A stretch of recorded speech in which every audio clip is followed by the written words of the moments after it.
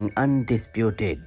इस कहानी की शुरुआत में हमें दुनिया की सबसे खतरनाक जेल दिखाई जाती है जो कैलिफोर्निया में है। और इस जेल में एक बॉक्सिंग मैच चलता है जिसमें कोई भी रूल नहीं है। एक बॉक्सर दूसरे बॉक्सर को मार भी सकता है।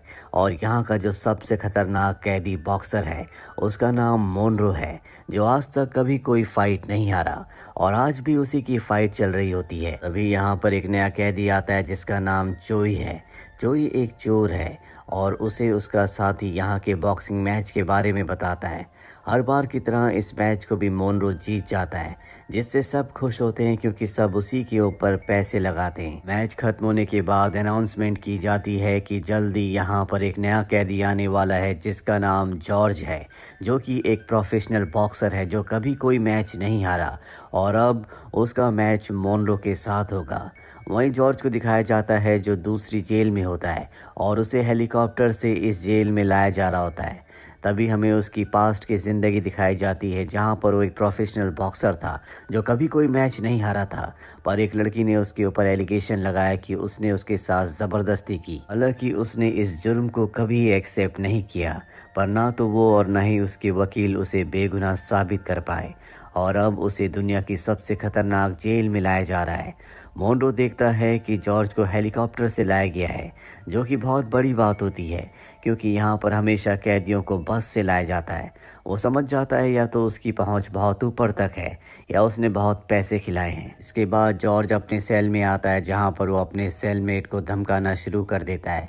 वो कहता है कि तुम्हें मेरी बात माननी होगी, जो मैं कहूँगा तुम्हें वही करना होगा और जब तक मैं न चाहूँ तुम मुझसे बात नहीं करोगे। ये बातें यहाँ का एक बूढ़ा आदमी मैंडी सुन लेता है, जो बॉक्सिंग मैच में पैसे लगाता है। वो उसे कहता है कि शायद तुम बाहर की दुनिया में चैंपियन हो, लेकिन यहाँ का चैंपियन कोई और है, उसका नाम मोनरो है और जल्दी ये बात तुम्हें समझ में आ जाएगी। इसके बाद वो मोनरो को ढूंढना शुरू कर देता है। जल्दी उसे मोनरो दिख जाता है, जिसके बाद जॉर्ज उसे कहता है कि शायद तुम यहाँ के चैंपियन हो, लेकिन अब तुम चैंपियन नहीं रहोगे क्योंकि इस जेल में मैं आ चुका हूँ। वो मोनरो की इंसल्ट भी करता है, लेकिन मोनरो उसकी बात का कोई जवाब नहीं देता, जिससे जॉर्ज को गुस्सा आता है और वो उसे एक थप्पड़ मार देता है। इन दोनों की फाइट होने वाली होती है कि तभी यहाँ पर गार्ड्स आकर इन्हें पकड़ लेते हैं। जॉर्ज को वार्डन के पास ले जाया जाता है। वार्डन उसे कहता है कि तुमने कभी भी जेल में लड़ाई करने की या कोई रूल तोड़ने की कोशिश की तो तुम्हें काल कोठरी में डाल दिया जाएगा, पर जॉर्ज उसकी बातों से नहीं डरता। वो कहता है कि तुम मेरे बारे में शायद नहीं जानते, मेरी पहुंच बहुत ऊपर तक है। अगर तुमने कभी मुझे डिस्टर्ब करने की कोशिश की तो मेरे लोग जो बाहर हैं वो सोशल वर्कर्स के पास जाएंगे और तुम्हारे पूरे जेल में जो कुछ होता है उस सब को एक्सपोज कर देंगे, जिससे तुम्हारी जेल बंद हो जाएगी, तुम्हारी नौकरी चली जाएगी। जॉर्ज की बातें सुनकर वार्डन कहीं ना कहीं डर जाता है क्योंकि उसे पता है कि जॉर्ज की पहुंच सच में बहुत ऊपर तक है। इसीलिए जॉर्ज को छोड़ दिया जाता है और अब इन्हें किसी न किसी को सजा तो देनी है। इसीलिए मोनरो के पास जाते हैं और मोनरो को काल कोठरी में बंद कर दिया जाता है। वहीं जॉर्ज, जो पूरी आज़ादी से घूम रहा होता है, वो अपने सेलमेट से पूछता है कि तुम्हें यहाँ पर क्यों लाया गया, तुमने कौन सा जुर्म किया था। उसका सेलमेट कहता है कि यहाँ का एक रूल है, कभी किसी से उसकी पर्सनल बातें मत पूछना। इस बात को यहाँ पर सबसे बुरा माना जाता है। यहीं पर एक और कैदी होता है जो जॉर्ज को उल्टा सीधा कहना शुरू कर देता है, पर जॉर्ज पूरी तरह से शांत रहता है और उस कैदी से कहता है कि अगर तुम चाहो तो मुझे मार सकते हो, मैं तुम्हें पूरा मौका देता हूँ और अगर तुमने मुझे मारा तो तुम्हारा जेल में नाम होगा कि तुमने जॉर्ज पर हाथ उठाया। जॉर्ज उसके सामने हाथ ऊपर करके खड़ा हो जाता है, जिसके बाद वो जॉर्ज को पंच मारता है, पर उसके पंच से जॉर्ज को कुछ भी नहीं होता। वो जोर जोर से हंसने लगता है और अगले पल वो एक जोरदार पंच उसे मारता है, जिससे वो पीछे जाकर गिरता है। साथ ही वो ऐलान करता है कि यहाँ का नया चैंपियन मैं हूँ। इसके बाद जॉर्ज से मिलने के लिए उसका बॉक्सिंग मैनेजर आता है और वो उसे कहता है कि हम तुम्हें जल्दी जेल से बाहर निकाल देंगे, लेकिन तुम्हें अपनी इमेज को यहाँ पर अच्छा रखना होगा। तुम किसी से भी लड़ाई झगड़ा नहीं करोगे। जेल से निकलने के बाद तुम्हारा एक बहुत बड़ा बॉक्सिंग मैच है, पर जेल में रहते हुए तुम मोनरो को हरा दो ताकि लोग तुम्हारे नाम को कभी ना भूले, वो हमेशा तुम्हें एक चैंपियन ही समझे। दरअसल मैनेजर ने जानबूझकर जॉर्ज को इस जेल में भेजा था ताकि वो मोनरो को हरा दे और हमेशा की तरह चर्चा में बना रहे। इसके बाद यहाँ पर जॉर्ज की लॉयर भी आती है, जो उसे कहती है कि जिस लड़की ने तुम्हारे ऊपर एलिगेशन लगाए हैं वो तुमसे कुछ पैसों की डिमांड कर रही है, जिसके बदले वो अपना केस वापस ले लेगी, पर जॉर्ज उसे पैसे देने से मना कर देता है। सबको जेल में पता चल चुका है कि जॉर्ज बहुत ताकतवर है। इसीलिए जेल का एक ग्रुप जॉर्ज के पास आता और कहता है कि हम चाहते हैं कि तुम हमारे साथ शामिल हो जाओ, पर जॉर्ज मना कर देता है। साथ ही उन सबको बहुत बुरी तरह से मारता है और अब जॉर्ज को सजा दी जाती है। उसे जंजीरों से बांधकर अकेले एक कमरे में बंद कर दिया जाता है और जल्दी वार्डन उसे अपने पास बुलाता और कहता है कि तुम्हारी इमेज बहुत ज़्यादा खराब हो चुकी है, तुम्हारी सज़ा बढ़ भी सकती है। पर जॉर्ज को इन बातों से कोई फ़र्क नहीं पड़ता। उसे अपनी ताकत और अपने पैसे पर बहुत घमंड है। वही मैंडी को दिखाया जाता है जो सारी फाइट्स को अरेंज करता है, जो फाइट में पैसा लगवाता है। वो एक आदमी से कहता है कि जल्दी तुम सबको अनाउंस कर दो कि जेल में मॉनरे की और जॉर्ज की फ़ाइट होने वाली है, ताकि बाहर से लोग $1 मिलियन इन दोनों की फ़ाइट पर लगाएं। मॉनरे दरअसल एक प्रोफेशनल क्रिमिनल नहीं है, वो एक अच्छा पारिवारिक इंसान था। पर जब उसकी पत्नी ने उसे चीट किया तो वो इस बात को बर्दाश्त नहीं कर पाया और उसने अपनी पत्नी के लवर को मार दिया, जिसके बाद कोर्ट ने उसे उम्र कैद की सज़ा सुनाई और तब से मोनरो जेल में है। और अब मोनरो को भी उस सेल से आज़ाद कर दिया जाता है जहां पर जॉर्ज के साथ आर्गुमेंट्स फाइट होने के बाद उसे अकेले कैद कर दिया गया था। जल्दी जॉर्ज और उसकी फाइट होने वाली है जिसमें लाखों डॉलर्स लगने वाले हैं। इसके लिए मैंडी बाहर के ताकतवर लोगों से वार्डन के ऊपर प्रेशर डलवाकर परमिशन ले लेता है। हालांकि वार्डन छुट्टियों में कुछ दिनों के लिए यहाँ से बाहर जा रहा है, लेकिन वो इन सब की जिम्मेदारी यहाँ के सिक्योरिटी ऑफिसर को दे देता है। वहीं जॉर्ज से मिलने के लिए उसका मैनेजर आता है और कहता है कि तुम्हें अब कोई भी गलत काम नहीं करना चाहिए, क्योंकि तुम्हारी इमेज दिन ब दिन खराब होती जा रही है, इससे तुम्हारी सज़ा बढ़ सकती है। जॉर्ज बताता है कि जल्दी मेरा बॉक्सिंग मैच होने वाला है और अगर मैं उस बॉक्सिंग मैच को जीत गया तो मैंडी ने मुझे कहा है कि वो मुझे पैरोल पर बाहर निकलवा सकता है, क्योंकि उसकी बहुत ऊपर तक जान पहचान है।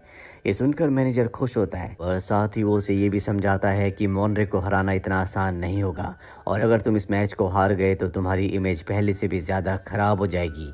इस बात से जॉर्ज को गुस्सा आता है और वहाँ से चला जाता है। वो मैंडी से मिलता और कहता है कि अगर मैंने फाइट में हिस्सा लिया और मुझे पैरोल पर बाहर नहीं निकाला गया तो मैं तुम्हें मार दूंगा। मैंडी कहता है कि मैं वादा करता हूँ तुम जीतो या हारो मैं तुम्हें जेल से बाहर निकाल दूंगा। वहीं मोनरो भी इस फाइट के लिए तैयार हो जाता है, क्योंकि मैंडी उसे बहुत सारे पैसे देने वाला है और मोनरो को पैसे अपनी बहन के लिए चाहिए, जिसकी माली हालत बहुत अच्छी नहीं है। ये दोनों के दोनों अब अपनी अपनी प्रैक्टिस करना शुरू कर देते हैं। सब के सब मोनरो को पसंद करते हैं, क्योंकि जॉर्ज का एटीट्यूड किसी को समझ में नहीं आता और उसके एटीट्यूड के चलते एक दिन जेल में लड़ाई हो जाती है, जिस वजह से वार्डन अपनी छुट्टी पे जाने से पहले इस मैच को कैंसिल करने का फैसला कर लेता है। और जब ये बात मैंडी को पता चलती है तो वार्डन से मिलता है और कहता है कि तुम्हें फाइट को नहीं रोकना चाहिए, वैसे भी तुम अपनी फैमिली के साथ छुट्टियों पर बाहर जा रहे हो और बाहर कभी भी कुछ भी हो सकता है। दरअसल मैंडी एक बहुत बड़ा गैंगस्टर है और वार्डन अच्छे से जानता है कि वो कुछ भी करवा सकता है, इसीलिए वो बॉक्सिंग मैच को कैंसिल नहीं करवाता। और अब वो रात आ जाती है जब जॉर्ज और मोनरे के बीच में बॉक्सिंग मैच शुरू हो जाता है। दोनों के दोनों एक दूसरे के सामने होते हैं। जॉर्ज क्योंकि बहुत ही बड़ा चैंपियन है, वो मोनरे के ऊपर हमला करता है और उसे कई सारे पंचेस मारता है। हालांकि मोनरे भी उसे कुछ पंचेस मारता है, लेकिन इस पहले राउंड में जॉर्ज उसके ऊपर पूरी तरह से हावी था। और अब दूसरा राउंड शुरू होता है जहां पर जॉर्ज मोनरे को बहुत बुरी तरह से मारना शुरू कर देता है, जिससे मोनरे थकने लगता है। ऐसा 10 सालों में पहली बार हुआ है कि मोनरे दूसरे राउंड में थक गया हो, इसीलिए जितने भी कैदी होते हैं उन्हें पूरा यकीन हो चुका है कि वो जॉर्ज को नहीं हरा सकता। तीसरे राउंड की शुरुआत में एक बार फिर से जॉर्ज उसके ऊपर हमला करता है, उसे कई सारे पंचेस मारता है, लेकिन मोनरे भी पूरा फोकस करके उस पर हमला कर देता है। वो भी उसे कई सारे पंचेस मारता है और एक जोरदार पंच के साथ वो जॉर्ज को जमीन पर गिरा देता है। जॉर्ज के पूरे करियर में पहली बार उसके साथ ऐसा हुआ है। उसके पास उठने के लिए 60 सेकंड्स हैं, लेकिन वो पहले ही उठ जाता है। हालांकि अब राउंड खत्म हो चुका है, लेकिन तब भी वो मोनरे के ऊपर हमला करता है, पर मोनरे पूरी तरह से स्टेबल होता है, इसीलिए उसे 1-2 पंचेस और मार देता है। और अब चौथा राउंड शुरू होता है। दोनों के दोनों एक दूसरे पर हमला करते हैं, लेकिन मोनरे जो ज़्यादा स्टेबल होता है वो उसे कई सारे पंचेस मारता है, जिससे जॉर्ज के दोनों कान सुन पड़ जाते हैं। उसे कुछ भी अच्छे से सुनाई नहीं दे रहा होता।